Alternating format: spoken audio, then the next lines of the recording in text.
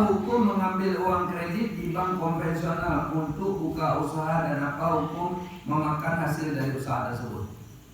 Hukum ambil duitnya halal karena itu uang negara. Tapi kita punya kontrak untuk bungakan uang secara riba, maka kita membantu orang proses haram. Uangnya halal, kerja kita haram, beda ya. Uangnya halal, kerja kita haram, maka hasil dari usaha kita halal, walau kurang barakah karena ada proses bantu orang haram di sana.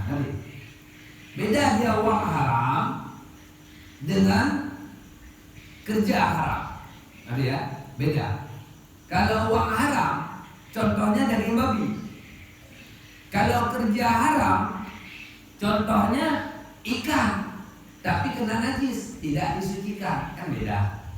Beda kadar haramnya, nanti ya. Semoga jadi ilmu.